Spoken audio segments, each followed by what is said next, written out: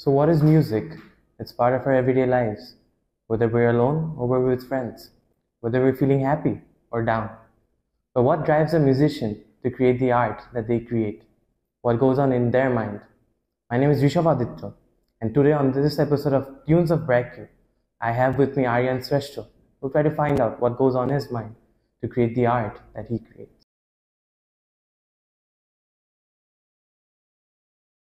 আচ্ছা, সো আপনি যদি আমাদের অডিয়েন্সের জন্য জাস্ট আপনার বেসিক ইন্ট্রোডাকশন দিয়ে একটু শুরু করতেন, আপনি কে এবং আপনার মিউজিক্যাল ইন্ট্রোডাকশন অ্যাজ ওয়েল। তো আমি আরিয়ান শ্রেষ্ঠ ব্র্যাক ইউনিভার্সিটিতে পড়াশোনা করছি কম্পিউটার সায়েন্স ডিপার্টমেন্টে।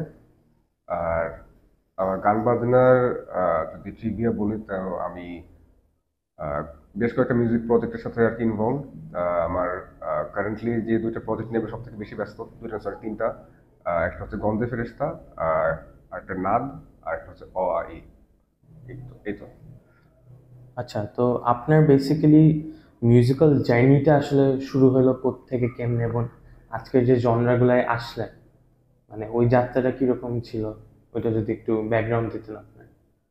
মানে খুবই টিপিক্যাল, লাইক যে কোনো বাংলাদেশি বা বাঙালি ফ্যামিলিতে যেরকম যাদের একটা মোটামুটি অবস্থা সম্পন্ন, যারা আর কি বাসায় বাচ্চা কাচ্চাদের গান বাজনা শেখাতে পারতেছে, ওইরকম একটা সিচুয়েশনে মানে গান বাজনা শেখা। তো ছোটবেলায় থেকেই তো দেখা গেছে যে তখন ওরকম কোনো মোটিভেশন ছিল না যে হ্যাঁ গান টান বানাতে হবে বা বা মিউজিকটা মিউজিক মানে কি বলবো, নিজের গান বাজনা করার একটা যে তাগিদ, ওরকম কিছু ছিল না আসলে। আমি জাস্ট টিচার আসতো, আমি অত সিরিয়াসলি জিনিসগুলো নিতাম না। আর যেহেতু পুরো জিনিসটার মধ্যে একটা একাডেমিক একটা কি বলবো একটা অ্যাপ্রোচ আছে, তো ওই জিনিসটার সাথে ঠিক একটা কানেক্ট করতে পারতাম না আসলে। তো ইভেনচুয়ালি পরে যখন হাই স্কুলে মানে পাবলিক স্কুলে উঠি, আহ, ওখানে আসলে সবার সাথে আমি আসলে ওভাবে কানেক্ট করতে পারতেছিলাম না। সবাই অনেক স্ট্রিট স্মার্ট, আমি আগে একটা স্কুলে পড়তাম, ওখানকার এনভায়রনমেন্ট একরকম ছিল। পরে I had to figure out my things in my way, like I have to find a escape, যেখানে আসলে আই কুড মানে কি বলবো, নিজেকে ভ্যালিডেট করার একটা জায়গা পাওয়ার, ওইখান থেকে প্রবলি আসছে। মানে ওটা আর কি পরে চিন্তা করলো এরকম।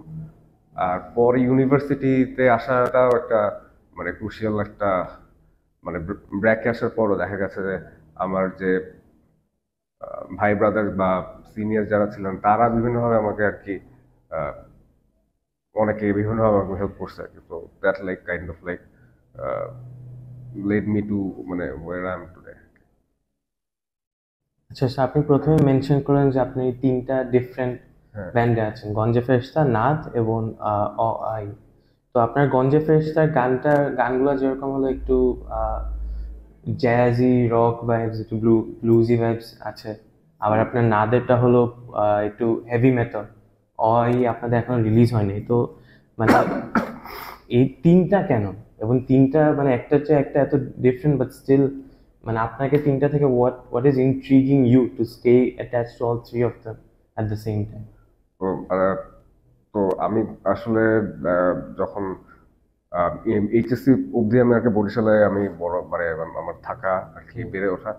তারপর ঢাকায় আসার পরে মানে তার আগে অবধি আমার আর কি চিন্তা ভাবনা ছিল যে হ্যাঁ আমি আমি আর কি হেভি মেটাল বা এই কাছাকাছি মানে সাব জনরাস গুলো তখন এক্সপ্লোর করতাম, বাজাতাম। তো আমার ইচ্ছা ছিল যে হ্যাঁ এরকম কিছু একটা করার। কিন্তু আমি জানতাম যে আমি এখনো মানে আমার আরো কিছু জানার আছে আসলে। তো পরে বাই দ্য টাইম আমি ইউনিভার্সিটি আসি, তো তখন আমি ঢাকায় একদম নতুন আসলাম, কাউকে চিনি না। তো তখন আমি জাস্ট এরকম টিএসসি তে আমার মানে ভিউতে আমার ফ্রেন্ড ছিলেন, মানে আমার ফ্রেন্ড আলিফ আর কি, ওর থ্রুতে আর কি ফরহাদ ভাইয়ের সাথে পরিচয়। তো পরে সোডিয়াম বাতি সিজন 2 তে আমরা আর কি পারফর্ম করছিলাম। পরে we decided to form a band. ওইখান থেকে জিনিসটা এভাবে আসছে। তো তখন আমি অত সিরিয়াসলি জিনিসটা গন্ধে ফেস, তখন কোনো সিরিয়াস প্রজেক্ট ছিল না।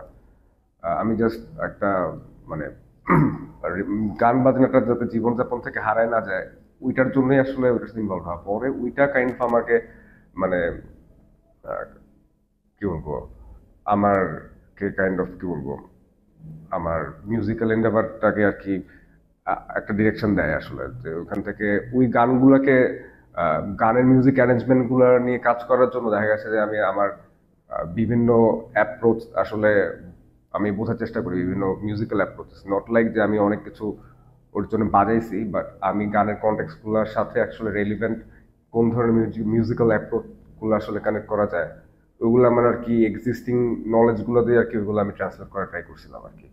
তো দ্যাট কাইন্ড অফ মানে মানে গঞ্জে ফেস্টাতে কি মানে এখন পর্যন্ত ওভাবেই আর কি আমি আগাইতেছি। আর অ্যাট দ্য সেম টাইম আমার যেহেতু মেটাল ব্যান্ড করার একটা ন্যাক ছিল, তো ওইটা আমি আসলে ওটা হারাই যায় না। ওইটা না হারানোর পেছনে কারণ ছিল আমার ভার্সিটিতে আমার সিনিয়র ছিলেন আকিব ভাই, উনিও আসলে আমাকে জিনিসটা আর কি যে আমাকে মোটিভেট করতে পারছেন আর কি যতদিন ছিলেন। তো by the time I could like have that like courage to have my own band. আর তো এই আর কি এই জন্য জিনিসটা হয়েছে, নট লাইক ও খুব একটা প্ল্যান এরকম না আসলে। আর এটাও দেখা গেছে যে ওই অন্যের সাথে কিছুদিন আগে পরিচয়, তো আমি আসলে চাচ্ছি যে যে ব্যান্ডে করে আর কি একই জিনিস বা কাছাকাছি জিনিস আর রিপিট করতে চাই না, ঠিক আছে। ওইখানে have to experience something that can like musical intrigue me, also I can experience একদম মানে মানে অন্য প্যারাডাইমের কিছু, এটাই আর কি। আচ্ছা, তো আপনি যেটা মেনশন করেন যে আপনার এক একটা ব্যান্ডে লাইক এক একটা রোল পারফর্ম করতে হচ্ছে, তো এভরি রোলই তো মানে এটার পিছনে আপনার এমনিতে discipline is a very creative discipline, আবার এক একটা ব্যান্ডে এক একটা রোল, সো অল টুগেদার আপনি তিনটাকে ম্যানেজও করছেন, লাইক আপনার তিনটাকে কেমনি একসাথে অ্যাকোমোডেট করেন? আপনার কি ক্রিয়েটিভিটি এক্সস্টন হয় না? না, ক্রিয়েটিভিটি এক্সশন হয়, কিন্তু অ্যাট দ্য সেম টাইম তিনটা এত ডিফারেন্ট ডিফারেন্ট মানে তিনটা ডিমেনশন এত ডিফারেন্ট, তো একটা একটা কি করে না খুব একটা ইন্টারসেক্ট করে না। দেখা যায় যে আর সবাই ব্যস্ত ঢাকায়, ঠিক আছে। তো এটার কোনো এক্সকিউজ দিলে যে আমার একটা ব্যান্ড করেছে আর পারতেছি না, আমার মনে হয় না এরকম যে আমার হয়তো ঢাকায় রাস্তাঘাটে জ্যাম না থাকলে আমি হয়তো আরো তিনটা ব্যান্ড করতাম। তো কিন্তু এখন যেটা হয়েছে যে আহ, দেখা গেছে যে একটা মাসে 4টা উইকেন্ড থাকতেছে, বা আমি যদি এখন আমি পার্ট টাইম জব করি একটা, তো ওইটা করার পরও দেখা যাচ্ছে যে আমি 4টা উইকেন্ড পাইতেছি, 4টা উইকেন্ড আসলে কি করতেছি আসলে। তো আমার যদি 4টা উইকেন্ডে যদি আমার 2টা ব্যান্ডের জন্য 2 দিন করে টাইম দিই, তাহলে আমার দেখা যায় যে আমার 2টা গানের সিগনিফিকেন্ট কাজ আগে যেতেছে, ঠিক আছে। তো মানে জাস্ট জাস্ট এন এক্সাম্পল। তো আমি আর কি দেখা গেছে যে 3টা ব্যান্ডের জন্য ওভাবে চিন্তা করি যে আমার কষ্ট হবে, ঠিক আছে। আমি জাস্ট সামনে কোন দিন ফ্রি আছে ওই দিন যে ব্যান্ডের সময় আছে তাকে নিয়ে বসছি, এভাবে যেভাবে আগাতে থাকে আসলে। তো অত প্যারা নিয়ে চিন্তা করি নাই। তো কিন্তু ওই দিন আর কি আমি বি দ্যাট না এইবার গঞ্জে ফেস্টা যেই থাকুক, মানে যে আগে যার স্কেডিউল লাগে তারটাই আগে হবে আসলে, ওই দিনে আর কি অন্য কাউকে হবে না, তো এইভাবে আগে আগে যায়। আচ্ছা, তো আপনি প্রথমে যখন আপনার যাত্রাটা নিয়ে বলা শুরু করলেন, সো ইউ মেনশন যে মানে এটা আর কি, মানে আমাদের এখানে কালচার যেটা আছে যে ছোটবেলায় গানের সাথে একটা কোনো লেসন নেওয়া বা এটা, তো আমাদের এখানে ওইটার থ্রুতে আমাদের এখানে গানটাকে অবশ্যই একটা বা মিউজিক আর্ট যে কোনো কিছুকে একটা হবি হিসাবে দেখা হয়, rather than a passion as a profession. So এটা ধরেন আপনার মানে ফ্যামিলির একটা চাপ থাকতে পারে, আবার আমাদের এখানে যে যে কালচারটা ওইটা একটা ফাইন্যান্সিয়াল প্রেশারও আছে। তো আপনি আসলে এভাবে ওই এই পয়েন্টগুলোকে how are you tackling it right now, and মানে ফিউচারে আপনি চান যে প্রজেক্টগুলোর সাথে কন্টিনিউ করতে, তো ultimately do have a plan যে এটাকে কেমনে আরো আগায় নিয়ে যেতে পারি এখানে লিমিটেড না থেকে? মানে আমি এখন কারেন্টলি আমার প্লেটে যা যা আছে ওইটা আসলে ফিনিশ করা নিয়ে আর কি অকুপাইড। তো দেখা যায় যে যদি এমন লাইফ সিচুয়েশন আসে, হ্যাঁ I am not being able to continue multiple project, that is also fine, ঠিক আছে। মানে দেখা যায় যে এরকম এরকম অনেকের ক্ষেত্রেই হয় যে হ্যাঁ একটা প্রজেক্টে 2 বছর কাজ করতে পারতেছে না, ঠিক আছে, আমি প্রজেক্টে টাইম দিলাম, তারপর হইতে পারে মানে 2 বছর পরে আবার সুযোগ হলে আবার কাজ করতে হবে, ঠিক আছে। সো আর তো এরকম আর কি এখন যে 3টা প্রজেক্টে কাজ করতেছি, তো এটাও আসলে এরকম যে সামনে 2 বছর আসতে পারে যে আমি কোনো কাজই করতেছি না, ঠিক আছে। তো আমি আসলে জিনিসটা একটু কি বলবো, জিনিসটা স্বতঃস্ফূর্ত ভাবে কোন দিকে যায় আসলে, যে হ্যাঁ আমার একটা মানে সিচুয়েশন গুলো নিয়ে আমার কিছু প্ল্যানস আছে, কিন্তু খুব রিজিড কোনো গোল নাই যে হ্যাঁ এইটা না হলে হবে না আসলে। তো ওই জন্য আসলে জিনিসটা নিয়ে আমি অতখানি বদার না আসলে, যে এখন আমি আমার ফাইন্যান্সিয়ালি আমি পার্টলি আমার ফ্যামিলির উপর ডিপেন্ডেন্ট এখনো আছি, ঠিক আছে। তো দেখা গেছে যে ওইটা যখন থাকবে না তখন আমি when I'll be doing a full time job, তখন দেখা গেছে আমার সময় আরো কমে যাবে, তখন দেখা গেছে যে মানে the project will get slower এবং আমরা সময় কম পাবো। তো যখন যদি দেখি যে 3টে প্রজেক্ট করা ইজ নট ফিজিবল, তখন আমি এই জিনিসটা ট্রাই করবো তো ফিগার ইট আউট যে এটা আসলে কিভাবে কাজ করানো যায়। বাট ওই তো যদি যদি আমার ইন্টারেস্ট থাকে 3টে প্রজেক্টে কাজ করা, তাহলে মানে তাহলে আর কি মানে giving up is an option আর কি। আচ্ছা, আর ফ্যামিলির পয়েন্টে যদি আরেকটু বলি, মানে আপনি যখন আপনার obviously talk to your family যে আপনি প্রজেক্টগুলো করছেন, তো এগুলা মানে ওদের রিসেপশনটা কেমন ছিল? মানে ওরা কি এটা জাস্ট অ্যাজ আ ধরে নিয়েছে যে এটা আপনার একটা হবি, নাকি প্রথমে একটু বাধা দিয়েছিল যে এগুলা কে করে, বর্তমানে কেমনে দেখছে? না, টু বি অনেস্ট আমার বাসা থেকে আসলে সবাই মোরলেস সাপোর্টিভ। হ্যাঁ, মানে একাডেমিক্সে অনেক সময় ক্ষতি হয়েছে, এরকম সিচুয়েশন গেছে, কিন্তু উই তো অ্যাট দ্য সেম টাইম মানে দেখা যায় যে যেটা কমন পারসেপশন যে গান বাজনা করলে আসলে ক্ষতি হচ্ছে, আসলে না। যে যে একাডেমিক প্রেশার দিয়ে এক একজন স্টুডেন্ট গো থ্রু করে বা যে সমস্ত স্ট্রাগল থাকে, আই গেস গান বাজনা করতেছি এইটা একটা ওয়ে আউট, ঠিক আছে, তো ফর লাইক আমার স্ট্রেস রিলিফের কারণ একটা একটা ওয়ে আউট এটা হয় আসলে। তো আমি ইভেনচুয়ালি দেখা যায় যে আমি যে পড়াশোনা যদি ঠিকভাবে করিও বা নাও করি, ওইটার টাইমটার সাথে আসলে গান বাজনা করার টাইমটা খুব একটা মানে দুইটা আসলে কোলাইড করে না ওভাবে। কারণ আমি সারাদিন দেখা যাচ্ছে 8-10 ঘন্টা 12 ঘন্টা মানে প্র্যাকটিস করতেছে, এরকম না।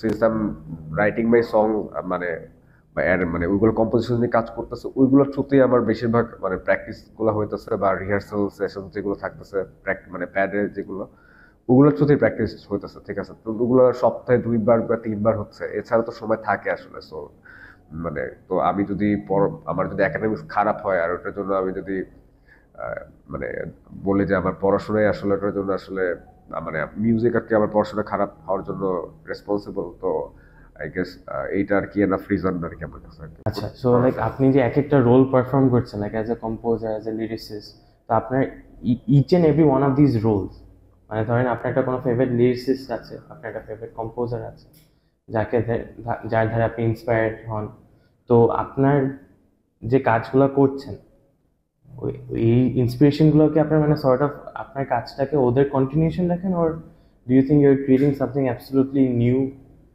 totally visionary, which is different, or still paying respect to them? মানে I would say it's a mix of both. কারণ আমি মানে গান বাজার করার সময় I am not really very much conscious like of like the musicians that I am taking influence from, ঠিক আছে। তো কিন্তু ইভেনচুয়ালি গান যেটাই বানাই ওইটার মধ্যে মানে মানে ইফ আই মানে মানে কি বলবো, আমি যদি জিনিসটাকে ডাইসেক্ট করি আমার কম্পোজিশন গুলো, তো ওর মধ্যে ইনফ্লুয়েন্স গুলো ইভেন্চুয়ালি পাওয়া যাবে, ঠিক আছে। ইভেন আমার উপর যাদের ইনফ্লুয়েন্স আছে তাদের কম্পোজিশন ডাইসেক্ট করলেও তাদের প্রিডিসেসরদের মানে ফ্র্যাগমেন্টস পাওয়া যাবে। তো এইটা নিয়ে আমি ওভাবে চিন্তা করি না, কিন্তু হ্যাঁ টু অ্যান এক্সটেন্ট যে হ্যাঁ কিছু ক্ষেত্রে রেসপন্সিবিলিটি এরকম থাকে যে হ্যাঁ যেটাই করি দ্যাট শুড মানে should have some impact, যেটা আর কি অলসো রিপ্রেজেন্টস সামথিং, মানে that should also stand out, ঠিক আছে। আচ্ছা, তো আপনার দুইটা হলো সর্ট মানে ওয়েল এস্টাবলিশ ব্যান্ড আছে, নাত এবং গঞ্জে ফেরেশতা। আবার আপনার থার্ড ব্যান্ডটা যে অই, আপনার মানে একটা অ্যালবাম রিলিজ করার কথা। তো আপনার যখন ওই অ্যালবামের উপর কাজ করছিলেন, মানে ওইটাকেই আপনার জন্য সর্ট অফ নাদ আর গঞ্জে ফেরেশতা যখন প্রডিউস করতেন বা রিলিজ করতেন, ওইখান থেকে যে শিক্ষাগুলো পেয়েছেন, এটা কি সর্ট অফ অইতে আপনার আরো স্মুথ রাইড ছিল, নাকি আপনার আবার মানে নতুন ডিজাস্টার্স ফেস করতে হয়েছে যেটা আগে করেন নাই? মানে এক্সপিরিয়েন্সটা কেমন ছিল? It's a mix of both. কারণ আর কারণ গঞ্জে ফেরেশতা ব্যান্ড আমার লাইক মানে মানে স্পিকিং অফ মানে আপনি বললেন যে ওয়েল স্ট্যাবলিশড, ওইটা আসলে আমি জানি না আসলে। মানে কারণ আর ওই আলাপে যাইতেছে না, কিন্তু কাহিনী হচ্ছে যে উইথ ব্যান্ড আমি 7 বছর ওই ব্যান্ডে আবার নাচ করতেছি অ্যারাউন্ড লাইক 4 ইয়ার্স। তো এইখানে অনেক ট্রাবল শুট দিয়ে আসলে আমাদের যাওয়া হয়েছে। So now at this point like আমরা আমাদের অনেক ব্যাপারে আমরা আসলে ডিসিশন মেকিং এ আমরা আমাদের ক্ল্যারিটি আছে। সো এই কিন্তু ওইখান থেকে যে 5 বছরে আমাদের যে সমস্ত মানে যে মানে এখনো দ্য অনগোয়িং স্ট্রাগল এগুলো থেকে যা যা যা শিখছি আর কি, ওইগুলো থেকে ডেফিনেটলি অনেক ইনফরমেশন পাইছে যেগুলো আর কি অওয়েতে ডে ওয়ান থেকে মানে ইমপ্লিমেন্ট করা যায় যাচ্ছে, ঠিক আছে, বি দ্যাট প্রোডাকশন ওয়াইজ বা সং রাইটিং ওয়াইজ। তো ওই অ্যাডভান্টেজটা পাওয়া যাচ্ছে আর কি। আর আর ডিসঅ্যাডভান্টেজ বলতে হচ্ছে যে একদম like working with a bunch of musicians like যাদের মধ্যে অনেকেই আছেন যে যারা হয়তো আগে মানে এখানে মানে লাইভ পারফর্ম করেননি, বা তাদের অনেকে আছেন যে আগে সং রাইটিং মানে ব্যান্ড হিসেবে কাজ করার এক্সপিরিয়েন্স নেই। তো আমাদের এরকম আমাদের ব্যান্ডমেটস আছেন এরকম, তো ওনাদের সাথে তো ওনাদের কাইন্ড অফ লাইক ওদের সাথে জিনিসগুলো একটা আন্ডারস্ট্যান্ডিং আসার আর কি ওই জায়গাটাতে আর কি আছে আর কি। ওইটা একটা বলবো পার্ট অফ মাই স্ট্রাগল আর কি। But not that I am also মানে এনজয়িং দ্যাট আর কি। তো আমার তাই কোনো সমস্যা নেই আর কি। মানে স্ট্রাগল করতেছি, দ্যাট ডাজন্ট মিন যে ওইটা আসলে নট এনজয়েবল। আচ্ছা, তো আপনার মানে একটা তো অ্যালবাম আসছে, ওইটাও যদি একটু শেয়ার করতে পারেন যে কবে বা কেমনে আমাদের অডিয়েন্সের জন্য, এবং তাছাড়াও আর অন্য কোনো কি আপনার মানে খুব সামনে আসবে কোনো প্রজেক্ট আছে যেটা our audiences can look forward to বা কিছু? আমার যে ডেথ মেটাল ব্যান্ড নাদ, আমরা আমাদের ফুল লেন্থ আর কি রিলিজ করতেছি like the coming January 11th 2025। তো ওইটার জন্য আসলে আমরা প্রিপারেশন নিচ্ছি। ওইটার আমরা একটা we're planning for an album launching gig আর কি ওই 11th-এই। তো ওইটা নিয়ে আপাতত ব্যস্ততা, ওইটাই সবার সামনে আসতেছে, সামনে আর কি যেটা রিলিজ সামনে আর যেটা আসবে আর কি ওইটাই। আর কিছুদিন আগে আমি গন্ধে ফেরেশতার একটা সিঙ্গেল রিলিজ পাইছে ঝিনুক, এই দুইটার আপাতত। আর নেক্সট ইয়ারে আর কি গন্ধে ফেরেশতা দুইটারই অ্যালবামের প্রোডাকশনে আর কি ঢোকার আর কি প্ল্যান আর কি, বা রেকর্ডিং আর এভরিথিং আর কি। ওইগুলো আর কি January post the Naad album launching gig আমাদের প্ল্যান আর কি ওইগুলো নিয়ে আর কি আগাবো নেক্সট ইয়ারে। তো thank you so much Oh, আজকে thank you. আমাদেরকে টাইমটা দেওয়ার জন্য, Thank you very and much. hope you enjoyed having the conversation, and আপনারাও, and stay tuned for the next episode of Tunes of Brightly. Thank you.